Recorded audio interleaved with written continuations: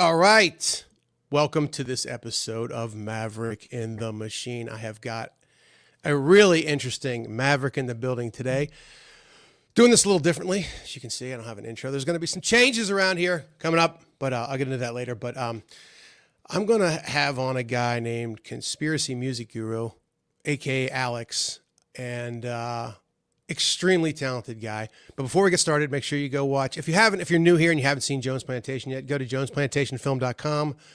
jonesplantationfilm.com. Watch the film, or just it's on a bunch of other platforms as well. Tubi, Amazon, and then narrative fiction, feature film. And then if you like that, go watch narrative. Is it fiction? It's up to you. Barnum World, which per the Indiegogo campaign, it's free and available everywhere on the internet. And let's get started. I'm going to start with a little bit of his music. This is interesting.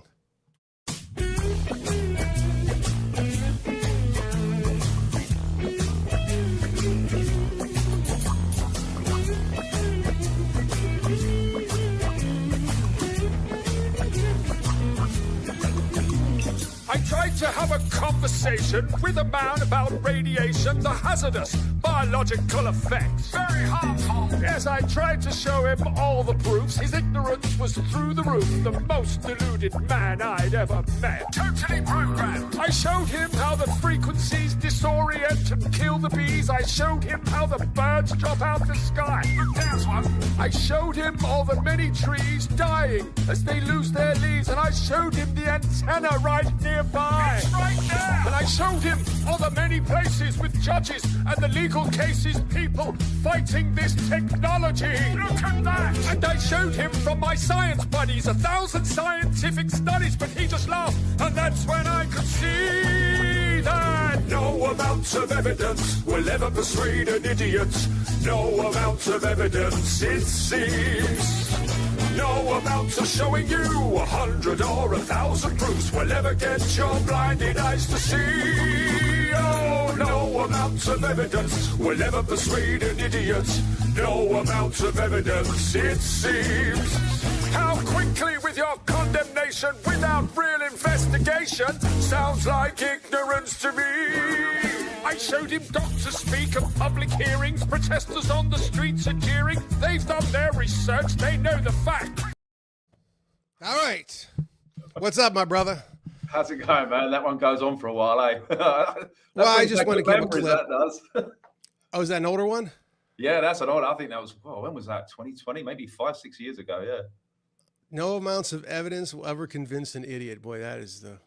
How true that's is that? The thing. Well, it's like that thing when you so-called wake up and then you're like, I just got to show, I'm going to tell you, and you start running around like an idiot telling everybody, and people are looking at you like you're saying the fucking moon's made out of cheese and stuff. Like, what are you talking about, dude? It's, yeah, I'm not there anymore. It's one of the hard things I deal with is with people that I know, if they just, even if they're not idiots, just people just, there's like, what's that saying? Either they're ready to wake up or they don't want to wake up kind of thing. You know, it's just like, just leave them alone, let it go. You know, but it's challenging because you want to tell them, you know?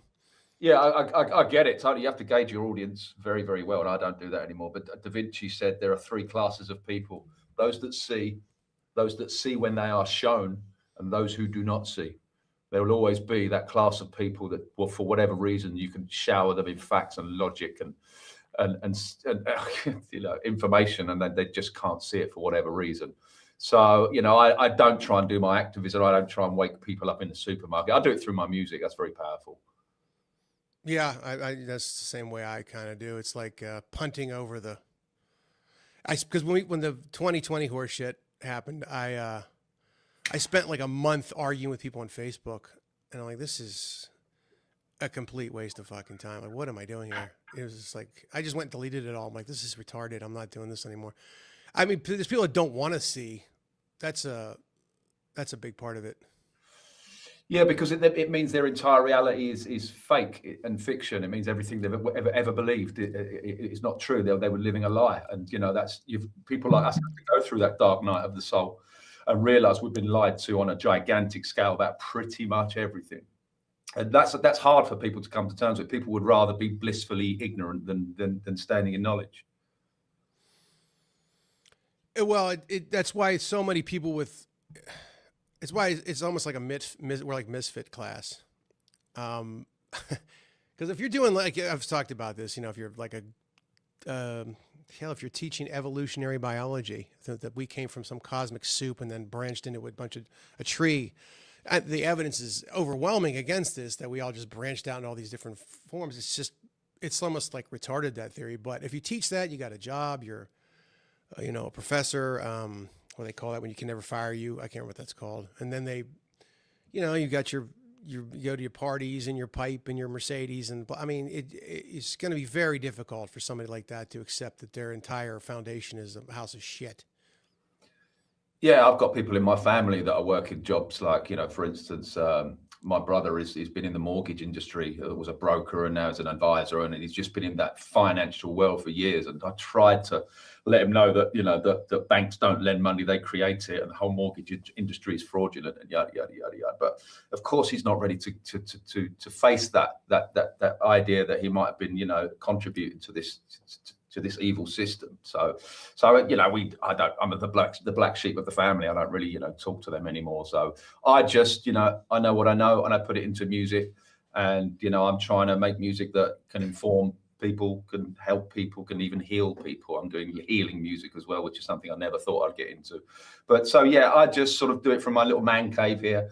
And I was hiding behind the music for the longest time, but now I'm getting into the real world by having gatherings and events and that. So that's quite an interesting new space for me to be in. But yeah, I'm kind of done with trying to wake people up. I've made enough conscious music now to wake a dead horse, and that content's there free for anyone to see. So it'll always be there doing its thing. So I think I might go into the live music and have a band and start doing live gigs and live events and that sort of thing, and have real people around me. That's a big win. I hate to use corny terms like analog space or in real life, but I think that live thing, and I've talked about this as well. I think that one of the reasons that they're destroying cinema is because the theater experience is an incredibly collective human experience, and they want to wreck that. When you go into a film and you're in a crowded theater and you watch something amazing, especially something powerful, and it's over, it's like it's almost like an uncomfortable kind of like, who are these strangers I just had this weird close experience with, and so music, comedy, all these things I think are going to be really powerful moving forward. And they're all under attack as well. Comedy's under attack, music is under attack, film is under attack. Just tell me a good movie that came out in the last 10 years. Everything's CGI, and it's going to be AI films and AI music.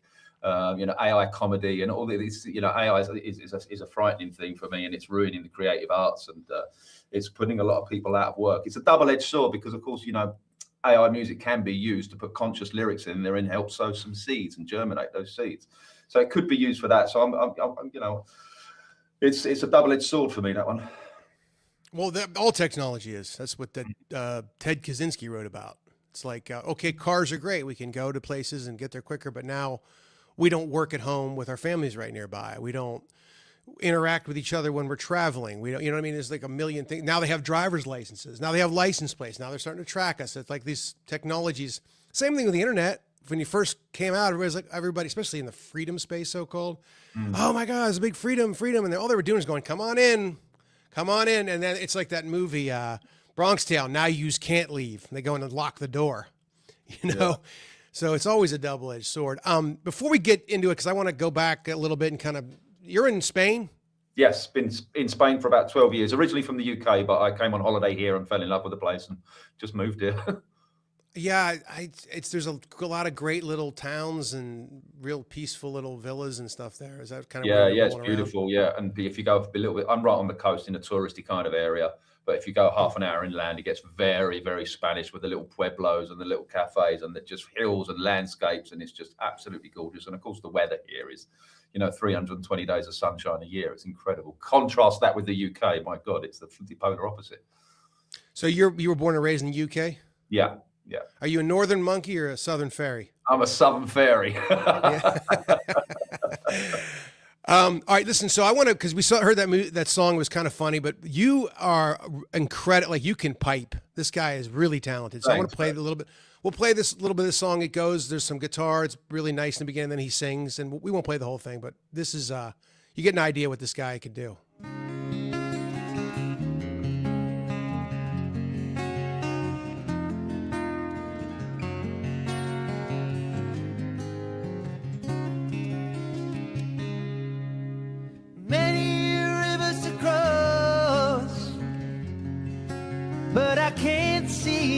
find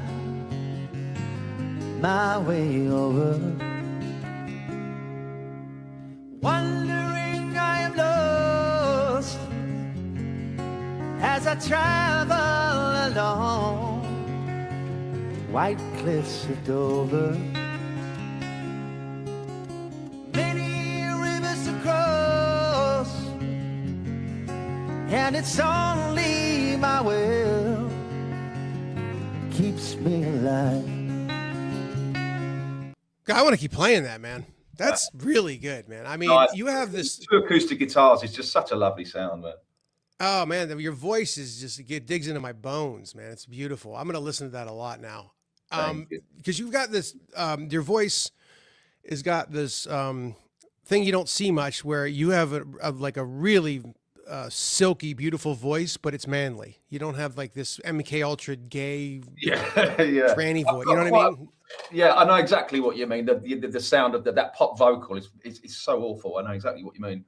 I've got quite a broad. I'm very lucky to have another instrument here. I've got a broad range. So if I'm want to get a rocky kind of vibe on, I can see I can really reach into that and make it sort of throaty and gritty and sound a bit like James Hetfield from Metallica. And I've done a couple of Metallica-esque songs, but I can also do some reggae stuff and have a little reggae inflection. I'm quite good at that. And the cowboy accent that I did with my whole Flat Earth Man character, it kind of talked like that. And he was talking about NASA and all the fakery that was going on there. So I can do these accents, and I can do, the softer, more soulful voice. So I have that extra instrument. It's quite nice to utilize that and bring it to the table. Is it true, the bromide, that anybody can sing? They just need to find there's voice. I mean, obviously there's gonna be levels of it, but no. That's bullshit. If someone who doesn't have an ear, and there's a lot of deluded people out there that think they can sing. And, we've seen it on Pop Idol or X Factor or American Idol. We've seen it a million times. How many people will be seeing go to these auditions that believe they can sing? They've been told their whole life and they just can't sing. You can't train it. It has to be, for a good singer, it has to be in you. You have to have a good ear. You have to know the notes you have to hit or the notes you're about to hit, and you have to prepare your voice for that. And that's a natural thing. I don't think you can plan that in your head. And, my teacher told me to do this and these breathing exercise and that will open my larynx and blah. No, you just should be able to. Natural singers should just open their mouth and it sings and it sounds good. But I don't think you can teach that. But you have to be a natural singer to kind of like get, like somebody like you that knows what they're doing could grab somebody and just in a month they could at least be presentable. No, don't think so. It depends how bad. If they had potential, I mean, there's a massive scale here, obviously. Right, if they had a little bit of potential, I could probably say, you might want to reach down here, or you might want to sing from, because there's a difference between singing from here and singing from there. The whole cavity. If you want to really belt out something, that rock voice, then you're singing from the gut. Or if I'm sort of, laying back a little bit, it might be softer and coming from here. And so yeah, I suppose I could teach some techniques, but if they've got no ear and they can't hit the notes, then I could make them sound a little bit better. But I think you have to have a natural ability to sing to be a good singer. It's kind of like acting, where you don't have to be an actor I can get something out of you. I mean, it is a skill and a thing you learn. It's like levels, like you said. But I could take, if you have that thing that's just authentic and interesting, I could put you in there and you could do good, because I just make sure you don't act. That would be the goal, right? Yeah. So it's like a natural. Some people there's nothing you can do. It's like just get out of. You're in front of the camera. Move. Get out of the way. Yeah. It's just not. Yeah. So exactly the same concept then. Exactly the same. Yeah. Yeah. Okay, so you're a Southern Fairy. Tell me about your background. Were you musical like first right out the gate, or what was the deal with you growing up? Pretty much right out the gate. 4 years old, I started playing the piano. My dad was an organist in a band with his brothers in the 70s and 80s. So there was always a piano or a Hammond organ in the house, and I just wanted to play it, and I played it and started forming melodies and playing by ear. I didn't have any lessons. My dad would show me, where the chords were to go on the left hand. He gave me a couple of little bit of guidance there. And then I sort of took it over from there. And I did my first gig when I was 8, playing Christmas songs in an old people's home. And I made a little bit of money from that. And I'm like, well, I've got the bug, I can make money from playing the piano. And so I think that's when I first wanted to, pursue that as some kind of, I always just wanted to make money out of making music. So I've been a DJ, a karaoke compere, a singer, You know, I've been making ringtones. I sell albums, instrumental. So as long as I'm making something musical, as long as I'm around music, I'm happy. So yeah, right out the gate, 4 years old, started playing. Then picked up the guitar when I was about 21, and that's now my favourite instrument. I'm surrounded by 14 guitars here and one piano. So that should tell you, you know, where my loyalty lies. I love the guitar. I love the variance of sounds you can get from a guitar and the different styles. And I love the acoustic guitar. You can just pick it up and go, you know, and even at a party, you know, you've got a couple of acoustic guitars there. You can have an incredible atmosphere with that. So yeah, and I do production as well, and harmonies and mixing and mastering and all that sort of stuff. I do everything. I play bass and some harmonica, a little bit of drums, and you know, so I just like a big one-man band really in my little, you know, like a mad professor in my little music room here, just putting it all together, like experimenting with all these different ingredients and different sounds until I get something that's really cool. And if I'm putting lyrics on it, I'll try and inform and teach at the same time. Yeah, we talked before the show. I think we have a lot in common as far as like, well, let me say this. When did you become a problem where they start? Because you are one of the, like, I'm shadow banned. You're like in Epstein's basement in the shadow ban. Like they have crushed you down.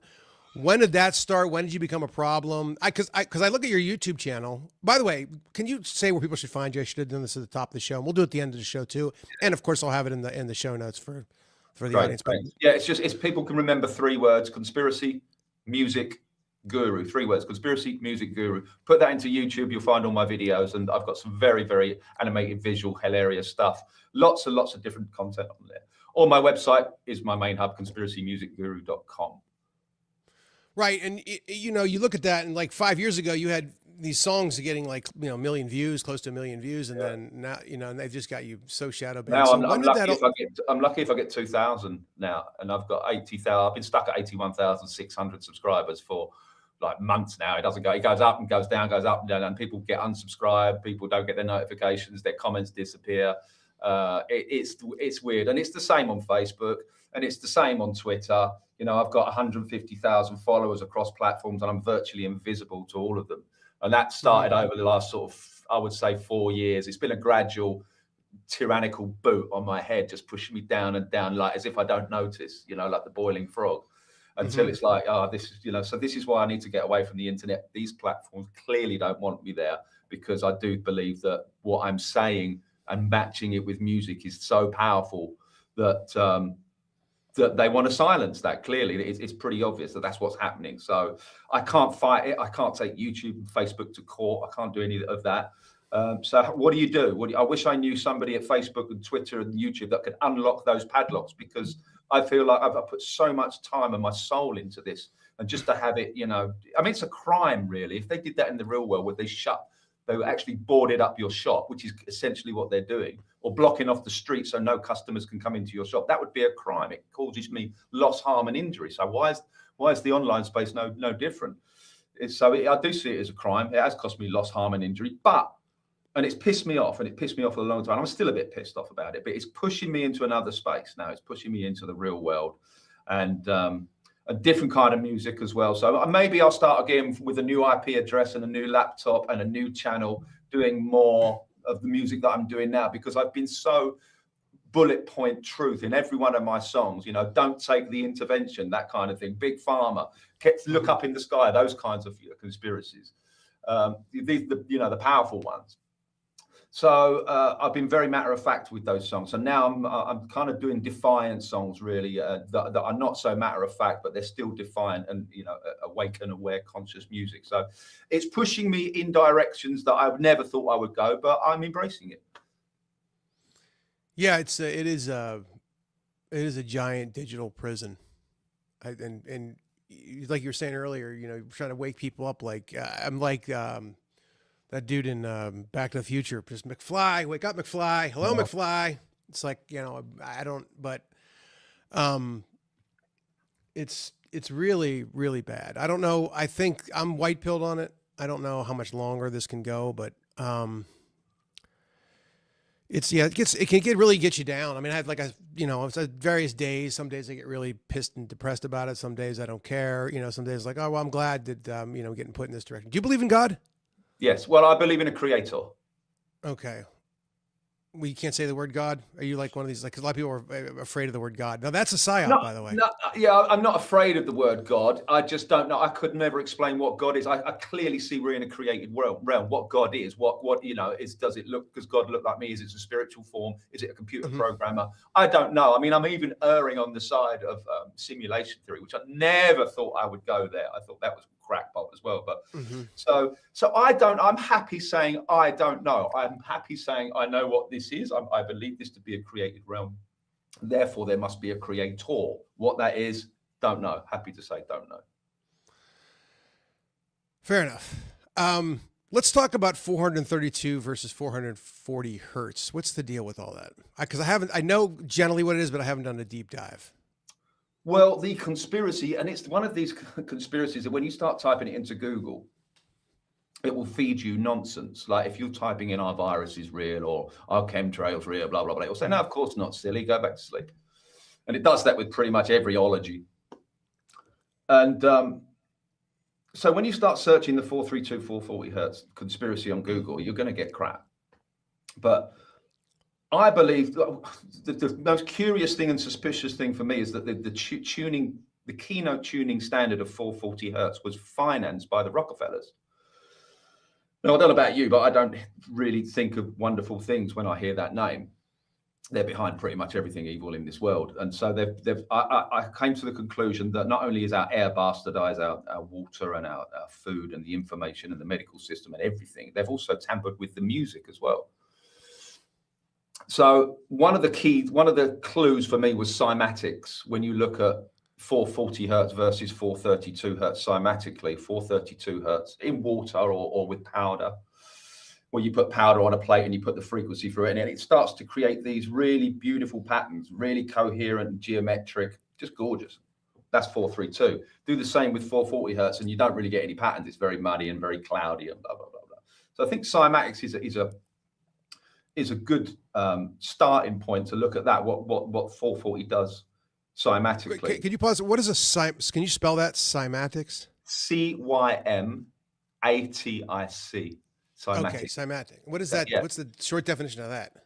Yeah, well, basically, if you take a plate, I think they call it a chutney plate, and you sprinkle some powder over it. Okay, yeah, I've seen these videos. Yeah, and you pump a frequency through it, or you can do it with a speaker. You can have a speaker, just a general like loudspeaker, and turn it up like that, so it's like a bowl, and you can put water in it and different sort of colorings and that, and you can play frequencies and watch all the different kind of patterns that the frequencies will form. So 440s is like really muddy and cloudy, and remember we're made of water apparently, like 70% of it, if you believe that. So what's that frequency doing? Like that just that dissonant, like that cloudiness, what you see in the speakers, or what's the 432 hertz doing in terms of structuring your water geometrically, for instance? So that's probably a good place to start. But and there's also there's mathematical connections with the golden ratio, and there's a lot of numerology behind it. You could get lost in that aspect of it for months and months and months. But when I was looking into this information, I also came across the Solfeggio healing frequencies that can only be attained once you tune to 432 hertz.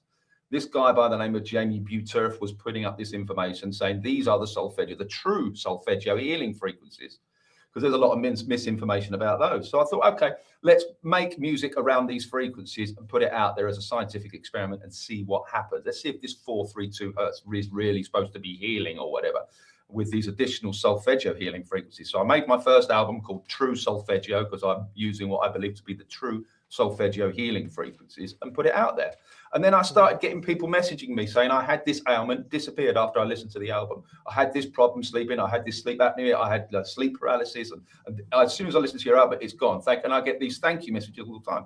On my website, conspiracymusicguru.com, there's a little tab that says testimonials. Click that and you'll see almost 100 testimonials of people saying that this did something to me from a wellness perspective or even a spiritual perspective. So for me, the proof is in the pudding. When you start doing music, not just in 432 hertz, but uncompressed as well. All our music is compressed into MP3, which removes 80 to 90% of the audio information. So I offer the full quality WAV files of my albums, my True Solfeggio albums, on my website. So it's completely as I would hear it in my studio. There's no compression, in the right frequency with embedded Solfeggio healing frequencies, and it seems to be having this profound effect. So I think the Rockefellers knew what they were doing back in 1935 or whenever they changed the keynote standard or set a keynote standard to 440. I think they knew exactly what they were doing because it causes this kind of dissonance, this dis-ease.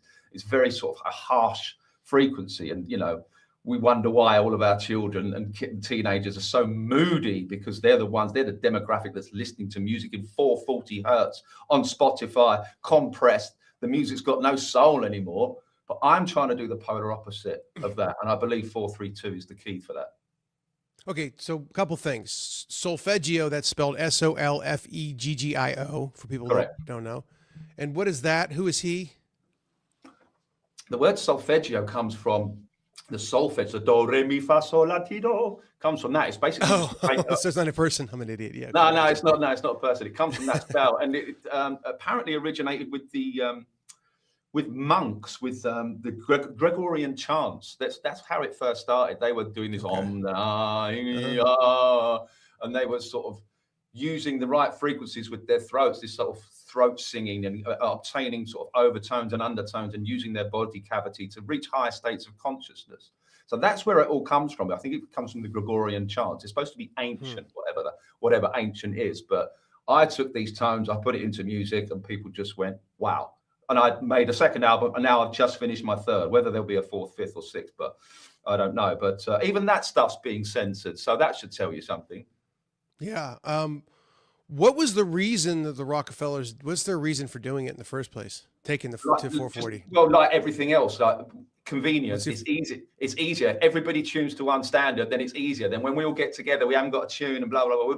We'll just tune everything to 440. So they even financed a huge music manufacturing company in Chicago, the largest of its kind at the time. And every instrument that came out of that factory was tuned to 440, and pianos as well, which are notoriously difficult to change back to 432. To change a piano to retune it is a big, big job. So now, it's convenience. It's so convenient if we just have one. It's just like, oh, you can get 20,000 songs on your iPhone. How convenient. But what they don't tell you is we're going to remove 90% of the audio information. So that was the excuse, just for it'd be so much easier if we just did it this way.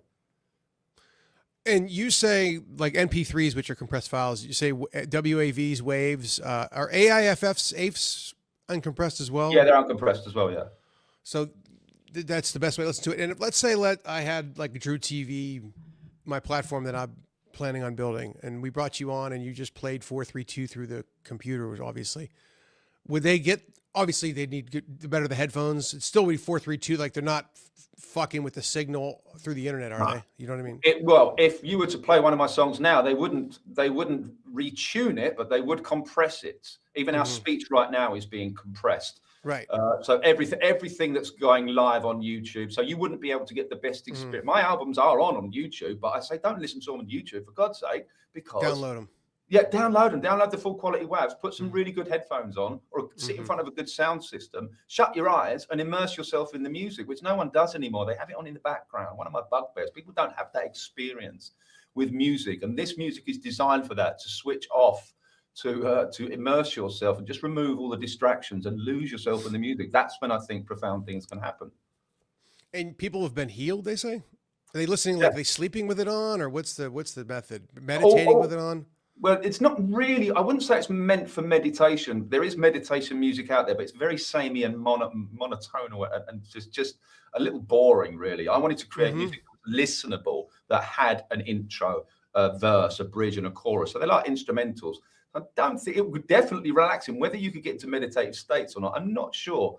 But yeah, I've had people saying, had this problem. I mean, if you wanted to pull up the website and go through some of the testimonials, but that might take a while. But there are loads there, and there's people are saying I have it before I go to bed, and I wake up and I feel like I've gone to heaven for 8 hours. Or people who use it. One little bunch of people are saying, my children are going crazy, and I try and put on this music and that music, and now the music works, but then I put on yours, and they're instantly calm. And you get this over and over again with babies as well. When they're crying, put on the music, it calms them. I don't know if you've seen videos of like Tibetan gongs, and they gong, the baby's crying, and they just bang a little gong next to it, which is tuned to 432, and you watch it stop crying, just stops crying. That's what this music's doing. Similar story with pets as well. You've got cats and dogs running all over the place. I've had reports that they put the music on and then they calm. And I've seen it as well with my own eyes. It's incredible. Well, I'm definitely going to try it, and I'm going to report back to you. Might be one of those guys on your website. Right. Yeah, I'm definitely, because I do listen to things at night a lot of times when I'm sleeping. But that's going to be interesting, because I did listen to some of it. I don't mean to. I'm not just saying this because you're on the show. Like as soon as I started listening to it, it did feel good.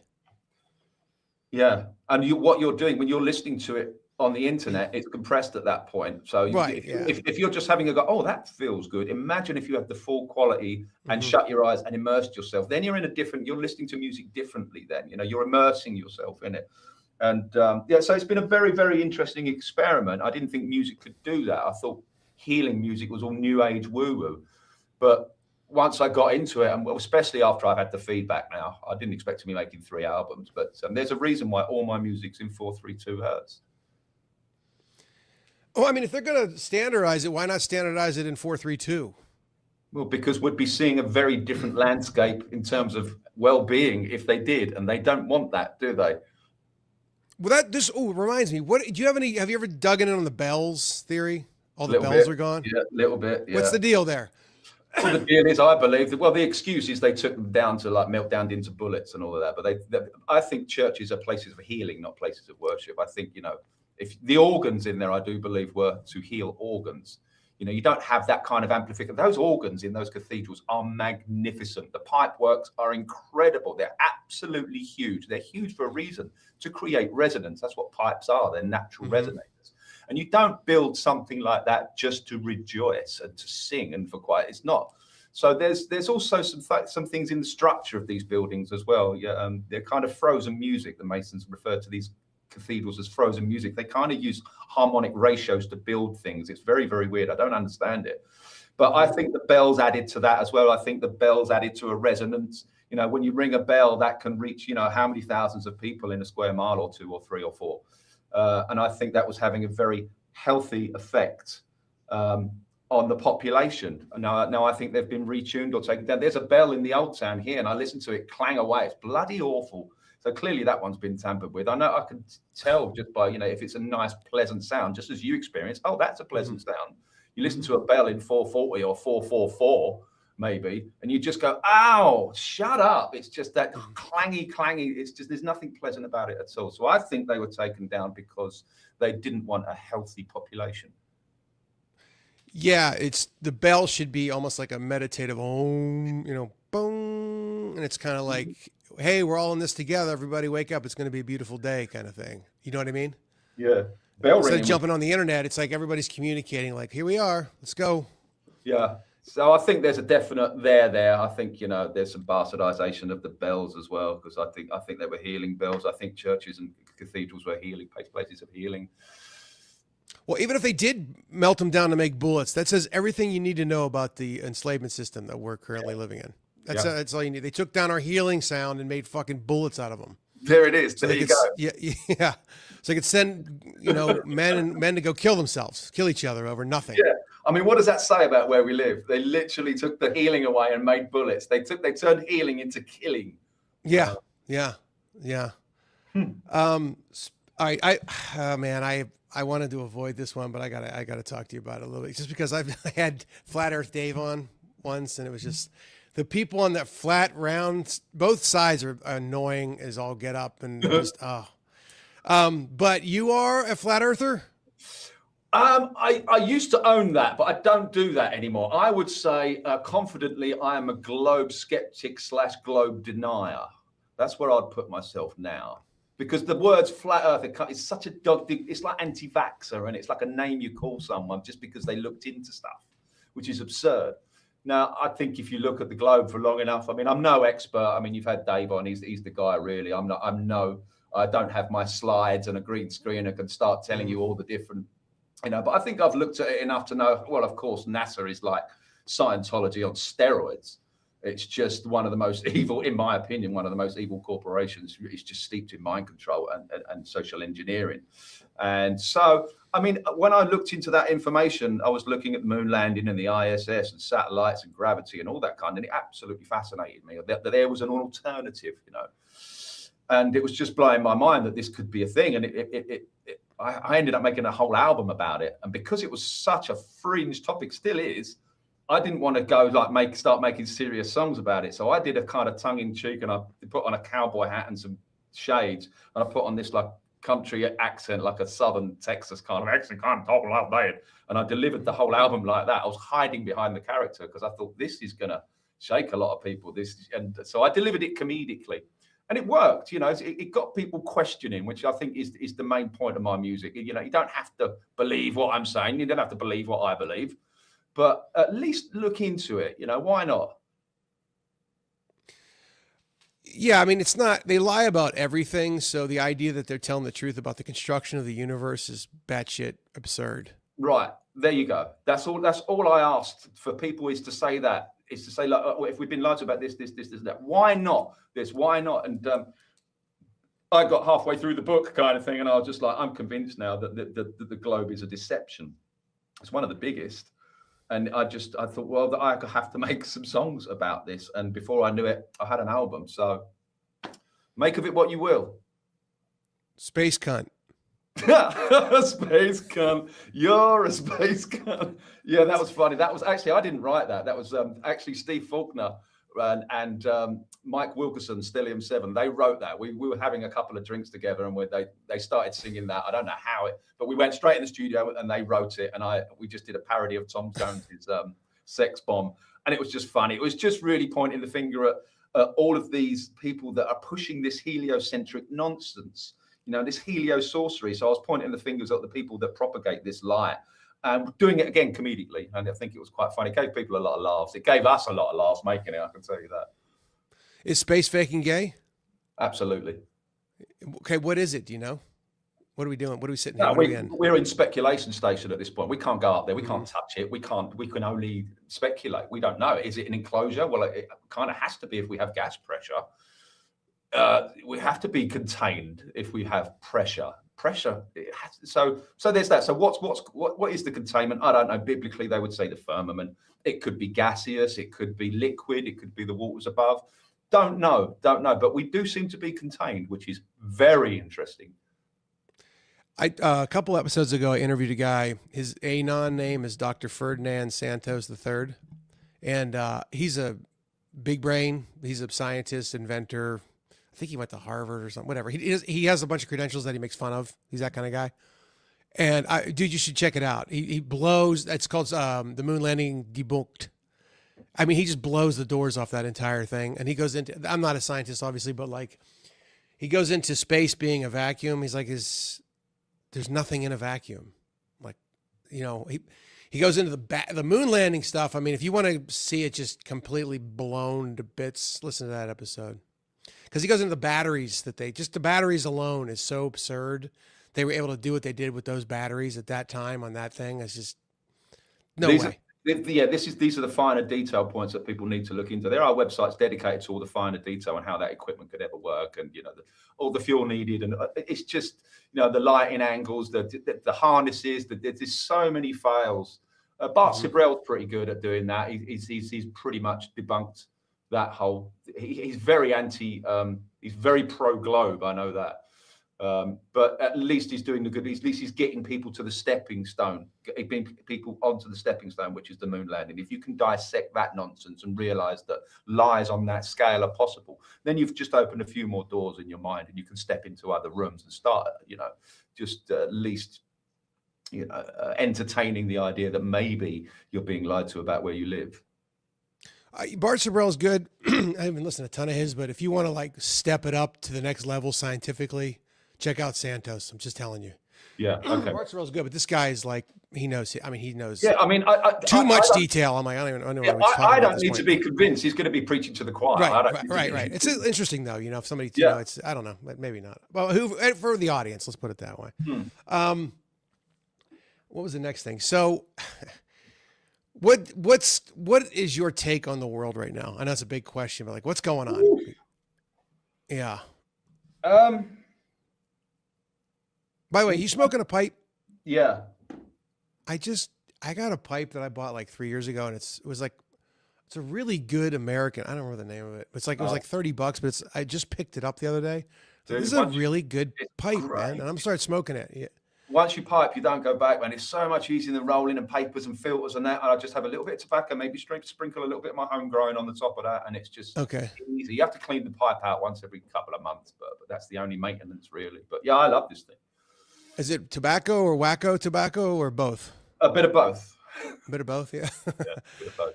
Especially if I want to get into the creative space, I find it helps me to get into sort of, different guitar licks and different chord structures and that, if I just give myself a little nudge in that direction. Yeah. I can see that. What kind of pipe tobacco should I get? Because I want to get like, is there stuff that can like chill me out at night? Because I like to sit on my porch and smoke a pipe at night. No, I would definitely go for the stuff without any additives. Go for the natural tobacco. I tried growing it myself. Did you? How'd it go? But it was very, very harsh to smoke. So I don't know how they mellow that down. I've still got a whole big batch of my homegrown tobacco. I'll just find it too harsh to smoke. But yeah, if you can find the natural stuff without additives, without any chemicals in it, then that's a good step. I think actually tobacco can be quite healing. I think it'll be used for a lot of things. I don't believe. I mean, there's, if you're going to buy a pack of Marlboros or whatever, yeah, there's going to be chemicals and shit, and that's probably going to give you cancer. But yeah, if the natural tobaccos, I've been smoking 40 years. I don't have a smoker's cough or have any illness. I've been ill in 12 years. So there it is. I'm with you with tobacco. I think, and just like anything else in moderation, done right, it's really an awesome plant. Yeah. I do a lot of chew, but it's gross corporate chew. It used to be called Red Man. Now they call it America's Best. Nice. Well, according to a guy by the name of David Avocado Wolf, he not only states that we have cannabinoid receptors in our brain, so our brains are wired to receive cannabis, it seems, but we also have nicotinoid receptors in our brain. How true? I haven't double checked that, but if that's true, then we're wired to receive. So you inhale the pipe tobacco? Yeah. Really? Is that normal, or is that just because you got the wacky tobacco in there with it? No, it's just like if you were to roll a cigarette, with rolling tobacco, it's the same thing. You inhale that. You're just doing exactly the same thing with rolling tobacco. It's not pipe tobacco. Pipe tobacco and rolling tobacco, different things. So I don't use pipe tobacco. With the pipe tobacco, you get all sorts of different flavors and cherry flavors, like vaping. Yeah. But you don't inhale it. So just use normal rolling tobacco and then put that in your pipe, and then you can inhale it, and then it's all good. Because the other tobaccos that you don't inhale, they're very harsh, but they have these flavors with them, which I'm very curious about. God knows what they're putting in there to create that. Yeah, that's true. That is a nice little lesson, man. It seems obvious, but when you get into the things, it's like the little things that. Because I'm looking into like an RV type thing, or like just buying a piece of land and throwing like a little mobile home RV type thing in there. We are thinking alike, brother. Yeah, you do. Yeah. Have you started looking at that shit? There's a lot to know. Like this guy, I just talked to this guy the other day. He's got one. He told me like 2-3 things that seem so obvious. I'm like, I didn't even freaking think of that. There's loads. It depends what you want to do, whether you want to buy one or whether you want to buy a van. And the best way would be to buy a van and convert it to your specific needs. That's the way. Speak for yourself. I don't want to deal with that shit. I'm just going to buy something done, man. Oh, I want it easy. Because see, I want a studio on the road as well. So mine's yeah. Yours. Yeah. You should buy a school bus then, maybe. Yeah, but then again, you get into the parking issue. Like I've got 2 friends that got camper vans. They've got small ones. He said, get a small one because you can park it anywhere and it doesn't look like a camper van. There's this thing called stealth camping that people are buying, like these worker vans. They just look like worker vans with asbestos on the side or whatever. And they're fully functioning camper van inside. So then you can go park on a car park in an industrial estate or wherever. So it's not this big motorhome. So there's that as well. So I don't know which way to go. I've also been looking at static homes as well, because you can buy a piece of land here in Spain very, very cheap. How cheap? Well, it depends where you are. If you're near the coast, very expensive. If you'll go a little bit further inland, and you don't want any water connected or any electricity connected, then cheap as chips, you could get a few acres for 10 grand. And then if you don't have any permissions to build on that, so then you get a static home. These static homes you could buy for 20, 30 grand. You get them for 5 grand. They're really the ones. What are you talking about? That stuff you get on Amazon? That kind of shit? No. There's the whole companies that make these homes. They're like you can move them. You can put them on the back of a low loader, and they can take. So why are they called static homes if you can move them? You're talking about a mobile home. Well, it's like a mobile home. Yeah, like what would you call it? Trailer park kind of thing. Yeah. Yeah, but they do these. We call them static homes. But they do these high-end ones, and for 30, 40 grand, you can get an absolute palace. And you just put it on a spot of land, and you don't need any permissions. I mean, if you're far enough inland and you want to put a septic tank in, legally they would say, "Oh, now it's a permanent structure, so you've got to, we've got to get permission." Blah blah blah. But if you're out in the campo, in the countryside, put a septic tank in. Don't worry about all of that crap. That's what I want to do. I want to go inland with maybe. I don't know what I want to do yet, but I definitely want to get further inland and have more privacy and, just detach a little bit, I think. Well, what are you going to do about water? Because I'm telling you, hauling water sucks. I have personal experience with this. Yeah. Well, thankfully, a lot of the pieces of land that you buy out here, it does come with irrigation water because it's usually land used for growing. That's why you can't build on it. So you want to buy a bit of land that was used for, growing. And they do have irrigation water. What kind of water that is, and it would need to be tested, but that can obviously be filtered. So if but to do rain catchment in Spain, it doesn't rain a lot here. So you would need to have, a good 100,000 litre capacity storage. So when it rains, you can also get trucks delivered with water and that kind of thing. They can dump 10, 20,000 litres into a storage facility if you've got that. So there are ways around it, but requires investment. But ideally, you would have irrigation supply at least. That would make life a lot easier. What does that mean? I mean, I know what irrigation is, but what does that mean? You have pipes running to your... Yeah, well, basically, all of the farmland in the countryside, they're fed with an irrigation that's getting water from somewhere, probably some reservoir somewhere. It might even be coming from the mountain. We do have mountain water coming in. So if that's the case, then great, it's perfect water. But if it's just standard irrigation water that's been sitting in a reservoir somewhere, it might have some mold and stuff. You might have to treat it a little bit and filter it, that kind of thing. If you want to drink it, I distill, but if you want to distill, that's what I do. Yeah. Yeah, I distill. I've been distilling for 10 years now. I just started like 6 months ago. I'm new to the distill game. Yeah, I got it's a 1 gallon distiller. I need to get something. I want to make my own actually. Well, you can do solar distillers. I've looked into that as well. They're great. If you're in a place that has a lot of sunshine, I'm in Arizona, brother. I was just going to bring up solar in a second because you're in Spain. Yeah, you could run a lot of your shit on solar, but then you got to know your solar game. How's your solar game? I helped the guy put it in because I wanted to learn, and we got a cheap system because I was offering to help, and it was his first time building. So we got a 5K system here. We've got 4 batteries, and I think they're 2,000 kilowatts each. We've got enough. If as long as it's sunny, as long as we have a sunny day or partly sunny day, we get all of our electricity for free. But we do have weeks, like particularly in the winter, where it's the sun, it's cloudy and it's rainy and that. So we do have to default back to the grid at that point. You can cut that source off if you have a generator, which is something you would need to do if you was out in the countryside. You want to rely on the generator rather than a grid, I think. So that might be the next thing that I start looking into. But I know a little bit about solar, but I wouldn't be confident in putting in my own system, but I could get some help with that. I thought solar, you could set it up so like it saves the energy you don't use, and then you just use it when it's shitty out. No? Well, yes, I have batteries. I have battery storage, and it can save it in there. All the excess goes in there, but that excess power only lasts about a day. So unless you have racks and racks and racks of batteries to last you a couple of weeks when it's cloudy for 2 weeks, then that's just not going to work. And those batteries are like $1,000 each, $2,000 each. So you'd have to have a big pockets. Then the savings just don't add up. So you'd have to go generator and then a backup generator, just in case. And your solar runs your whole house? Yes. Yeah. Wow. And then what's your distiller game? If you've been doing it for 10 years, you got like a big one? Did you make it yourself? Did you buy it? No, we bought it. We had one for the longest time. It recently failed, and that would take like 5 or 6 hours to get 5 liters, and it would make a hell of a noise. And then we treated ourselves to a new one only a couple of months ago, and this thing distills 5 liters in I think 2.5 hours, and it's really quiet as well. I always add salt though. Try and add a bit of salt because it does take out some of the essential minerals and the electrolytes or whatever. So it's always nice to add a little bit of salt. I know it's not particularly enjoyable to drink, but if you can, it gets some of those electrolytes back in, and a good salt as well. A good salt if you can.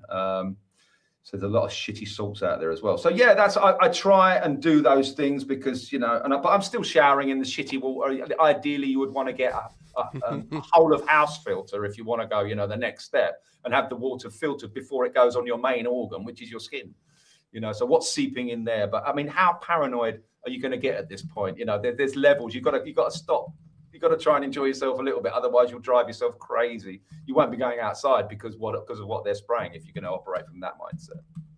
Yeah, it's funny you bring that up. I'm actually looking up because every morning I have like 40 ounces of my water, and I drink this salt. It's like $15 a bag, but it lasts like 2 years. So who cares? I don't know what it is. Some L something. It doesn't matter. Yeah, get good salt. This one has like all of the minerals in it that you need, and I don't know. Yeah, Celtic sea salt I think is probably the best. The Himalayan. No, there's better than them. There's better than that. You get your salt game goes. That once you start looking at that, they're like jokers actually. Oh right, okay. So there's salt in that, yeah. Yeah. You can get way better than that, but that's a decent start. It's better than the lowest of the low normie salt. Yeah, yeah, for sure. But I was going to say, I got a question. So my my little 1 gallon, I don't know anything about it. So the first time I did it, I ran it and it like burned the bottom of the fucking thing. And like, I put that cleaner in, what is it called? It's like vitamin C, ascorbic acid, I think is what it is. Yeah. Every once a month and let it sit there and it cleans it up. Great. Because I'm in Arizona. The water here is the tap water is undrinkable. Like you can't, it's disgusting. And so when I run that thing, what's left over is so gross. Yeah, same here. Oh, you got the same thing? Yeah. So, that's probably pretty typical, but yeah, it is. It burned the bottom. Everyone that has a distiller reports that gunk left in the bottom. And if you haven't degunked that, then that shit is going to be in you. So it's quite actually satisfying to see that shit at the bottom of the distiller because you could go, that could have been in me. Well, how much do you clean your? Because this is my big question, and my knowledge on it is ChatGPT, which I don't trust, obviously.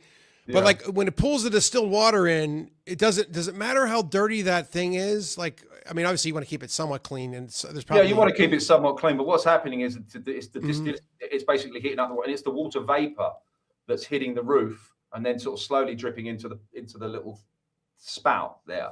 So it's basically, all the heavy shit goes to the bottom and the lightest shit, which is the purest of water, goes to the top, rises to the top. So there can't be any crap in it really, because gravity or density, whatever, would not allow that. So that's how I see it. So it doesn't really matter how shitty the bottom of it is, but of course try and keep it clean, but right. Sometimes it goes all milky with all the calcium and that. And I said to the missus, don't you want to clean it? But she goes, no, it'll be fine. And sure enough, all the shit goes to the bottom and the clearest of water comes out in the jug. So. I guess that's the point. It's just like a really good filter. It's just going to pull the shit out and you can still drink. Yeah. Like I have those for emergency, those straws. You ever seen, I can't remember what they're called, like magic straw or something where you can stick it in any water and drink. Yeah. Lifesaver. Yeah, I mean, you could literally like water running down the street, rain on the dirty street. I'm sure there's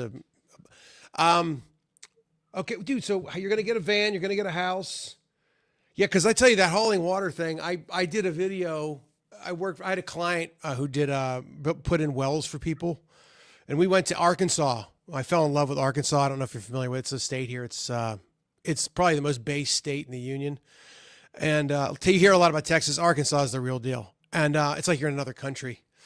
And but we went to people's houses that were like 10 minutes, 15 minutes up a mountain, like in the middle of nowhere, and they had no running water. And it becomes like really like one of the biggest things in your life is constantly thinking about and wanting water. It's worse than us in money.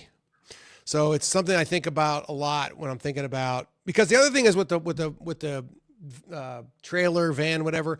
Do I want to get it? Because you talked about the van. Do I want to get something that has an engine? I don't want. Do I you know what I mean? I know a guy who actually lives in one here in town now. He's a caddy. So for all these golf courses, so he comes in during the season and caddies, and he lives in his van. He's got it all decked out with a bed and everything.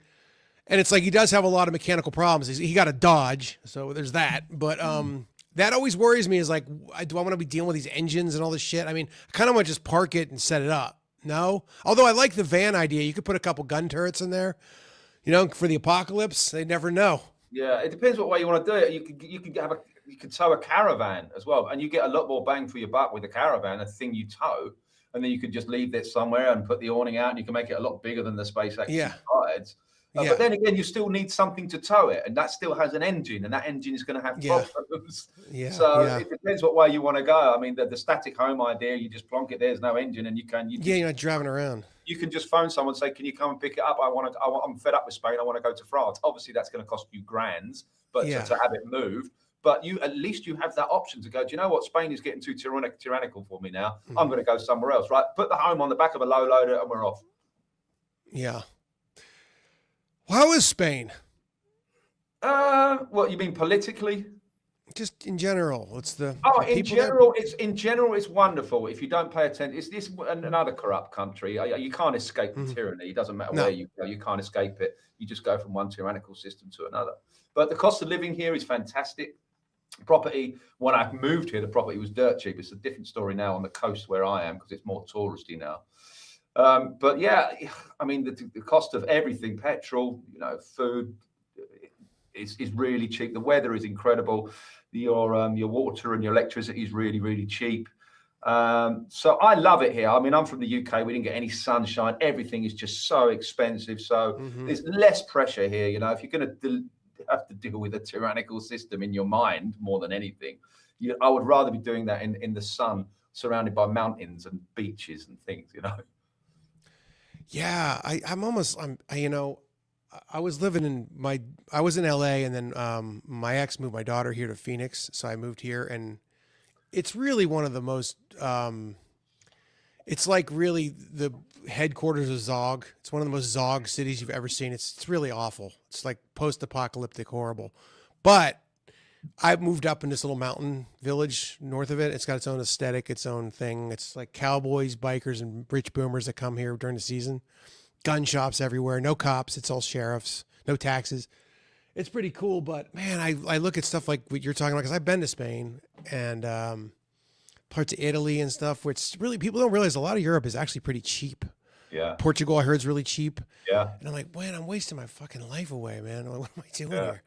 That's exactly that was my mindset before I came here. Like, what am I doing in this? Every day is a rainy day. And I used to love the sunshine, but we weren't treated to a lot of that. So it's just you get that seasonal, what do they call it? Disorder. I call it SADS, I think, where you're just like depressed because there's no sunshine. You're starved of sunshine.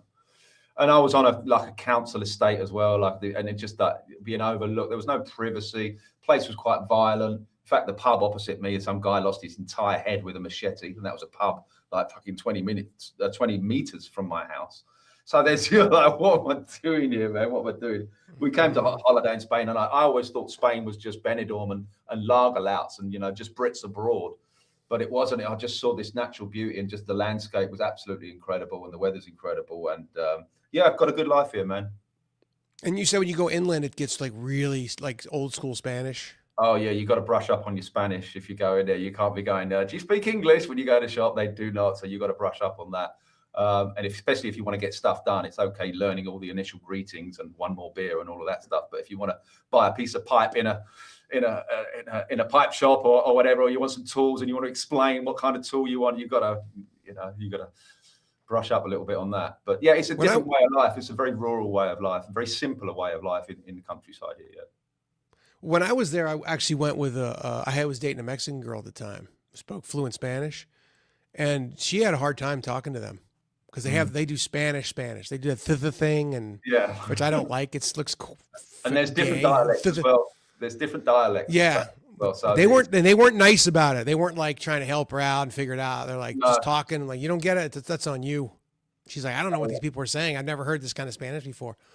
Yeah, so it would be quite a bold move to do that, to move that far inland where you start to get out in the sticks and you start to be a little bit more, away from society, which I kind of like. It sounds like a big challenge. I'll have to learn a lot of stuff and, improve my Spanish. It's pretty basic at the moment.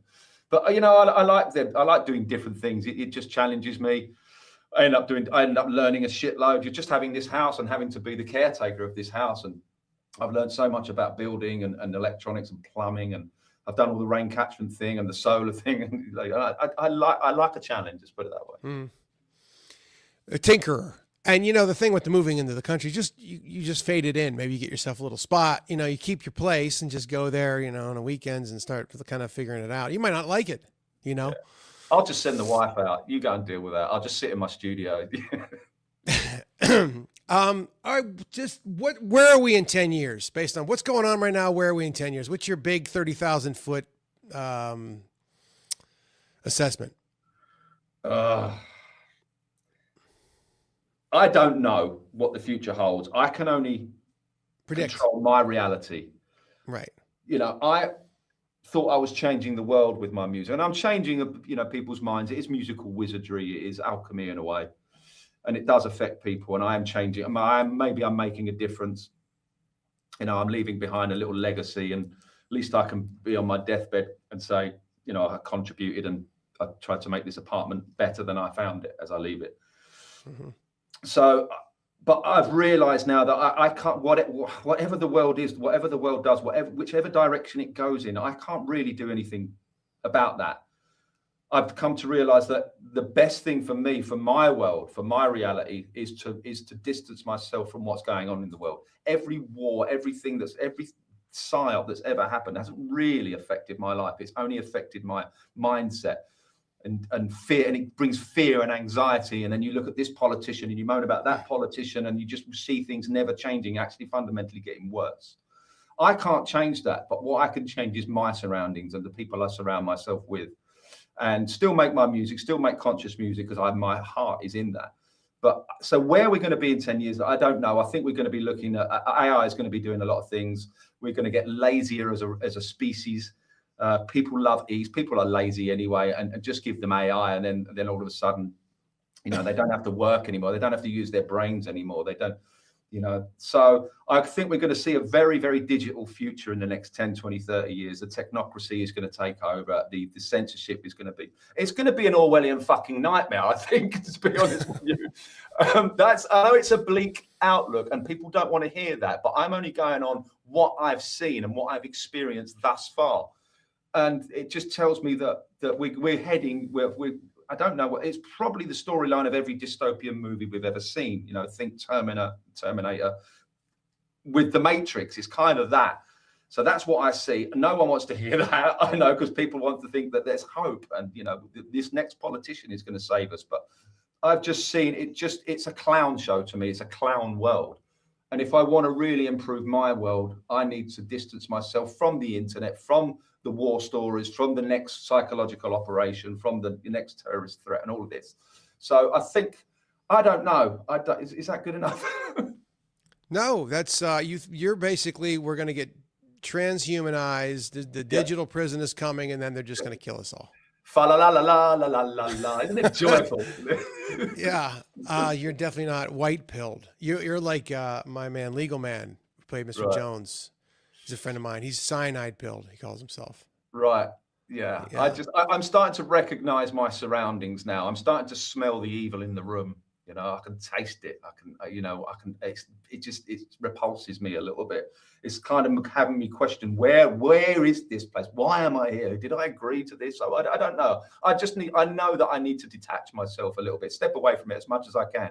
You'll always have to have one foot in the matrix. You'll always have to go to a supermarket. You can never be self-sufficient just as two people. You need community to do that. So you can never just be a monk meditating on the foothills of the Himalayas and just completely detach. I can't ever see me doing that. So I'm always going to have my, my one foot in the matrix with, maybe even a driving license and shit like that. So I don't know. We'll see where it goes. But, I need to, start making more steps away from this mind fuck. It's funny you bring that up, because I was just talking about this yesterday with, like, I started thinking about, because I have a big gun. I've got war gun bullets. Then I was like, I got like butter powder and some other shit. And I started thinking about it, I'm like, because this thing now with the Iran is really bad shit. There's some bad shit coming. And I Just what can I do? I can't. I can only. I mean, that's why when you say, "Is the world run by evil? Is it an evil?" The world is beautiful, but is the constructs of the world? Are we in an evil prison? Yes, I think so. Okay, then there's a God. If there's an evil, there's a God. Okay, so, and to me, God is writing this whole thing, and all I have is to be able to surrender to God, and that's not something that's easy to do. I'm not God. I'm not organizing this. I didn't make myself. I have no control over this, in a sense. All I can do is do what I came into the world with a sword, and all I can do is use that sword and hope that I didn't waste my time. That's all I can do, and I can't prepare for this. There's nothing I can do. Even if I was a farmer that grew up in Arkansas and I had a cattle farm, maybe it'd be a little better for me, Yeah. you know. I've But tried it. You can't. You need community. You need everybody on the same page. at least the people on the same page, we need to get together. We need to. Yeah. We need to. You hear this all the time. Build community, but I mean, Yeah, but no one's ready to do it. No one's got the finances to do it. Most people don't even have the knowledge of how to do it. And then so you're going to have to surrender to someone who knows what they're doing. And then all of a sudden you've got a leader again. And then people start brandishing it as a cult. And then it's a freedom cell and whatever. And then it becomes, there's all sorts of internal politics as well going on. So who decides what? So it's, I don't know. It's almost for me like every man for himself now. you basically described kind of one of my theories that we're living in purgatory. So we talked about the technology. It's a double-edged sword. The whole fucking world is a double-edged sword. It's like there's no like you when you're young, you're like, I'm going to get to this point, I'm going to win, and it's going to be amazing. You're like it just never. It doesn't. It's just everything's. It's within. Everything is within. There's no. It's just a giant Ferris wheel of fuck. Like oh, that's great, but then you're fucked. But then that's great, but then you're fucked. Yeah, it's just do the best you can. Do the best you can. Like give yourself a pat on the back. Just keep going, keep fighting. Do the best you can. Try and do it with a skip in a step. Try and do it with a smile and a song. And don't let the bastards get you down because that's what they want. Stop focusing on wars. Stop focusing on politicians. Stop focusing on someone else to come and save you. Only you can do that. All right. Well, hey, one more thing before I let you out of here. You talked about the distilling and the solar and the. Do you ever think about doing videos and putting that for people? That might be because that stuff's interesting to me, and that's really actionable. I have a video on my channel. It's called A Quick Tour of My Garden or Garden Tour, I think. And I made that when I was doing the whole self-sufficiency thing and growing and showing everybody my setup and the watering and the rain catchment and how I built it all and the pump and how everything works. I did that. That's on my channel. I would do more of that, but there's no real point anymore because I haven't got an audience. So I'd be just making a video for only a couple of thousand of people to see. So I can't really reach anybody with that information. So I don't know, maybe in the future, if I set up my own sort of network and whatever, maybe I can do something like that. But you can, with that system that we had, you can grow a few tomatoes and some onions and some peppers and some potatoes and stuff like that. But the work that goes into it, the water that you need, particularly in Spain where it's really hot, you need so much water. And not a lot grows in the summer here because it's so hot. So there's a lot. So you have to really think about, is it worth doing it with just two of you? Can you really make a difference that way? But I've sort of found out that actually we're not really saving much here. Yeah, you're probably eating a little bit better, but you absolutely do need a bunch of people to make something like that work. And then, if you're a meat eater, you've got to do your own, your own slaughtering and that kind of thing. And people are not ready for that. Well, I would push back a little and say getting off the plantation, the first move is to open your mind to the situation that you're actually living in, to understand you are living in a plantation. Mm-hmm. And when you start messing around with stuff like this, that triggers that entire mindset of freedom. You know what I mean? It opens that whole window up for you to walk through. Mm. So I don't know. I understand your point. It's kind of like whatever you think of Bukele and El Salvador. I went down there and traveled around, and they're not using Bitcoin, but it is available everywhere. And there's something about that, whatever you even think of Bitcoin, by the way, but their perception is that it's this new money, freedom money. And so it's opened up the minds of the people in all kinds of different ways. It was interesting to see. Yeah, I've been very tempted with Bitcoin but for me, it's just too much of a learning curve and I don't trust. For me, it's like gambling.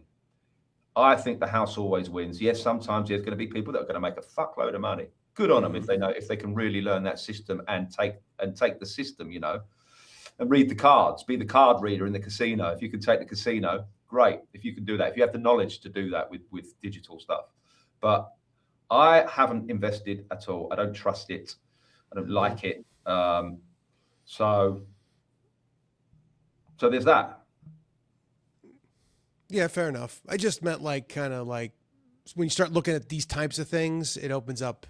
It's like, what was the thing that decided you to change your mindset? Was it the flat Earth thing? Something went, oh, and now I'm going to go look into that. And now Yeah, no, that was yeah, and for a lot of people, it was 9/11. Same with me. 2012, I started looking into. So that was the catalyst that made me go, holy shit. We were completely lied to about that event, and that really opened my mind to the possibility that we're being lied to on such a huge scale. Like I could see the mind control, I could see the social engineering behind that. It was so bizarre.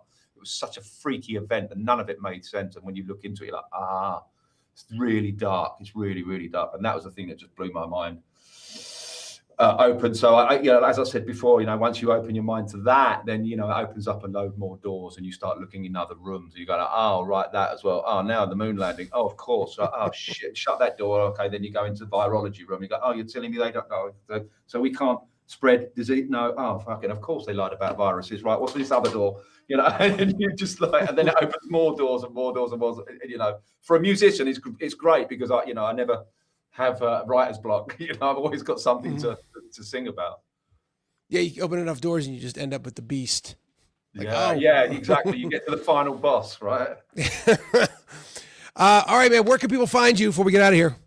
conspiracymusicguru.com. conspiracymusicguru.com. All right. Can I just mention my event before we go, please? Please do. Yeah, go ahead. Do anything you want. Plug anything. Go ahead. Thank you. I appreciate it. This September in Spain, in a beautiful part of Spain called Javia. It is called the Pearl of the Costa Blanca. It's absolutely stunningly beautiful. We are having a gathering of like-minded people, most of whom who are on the level, if you know what I mean. We're going to be performing with my band. We've got DJ Mark Devlin as well. The band will be playing some conscious, defiant, anti-establishment songs I think people will like.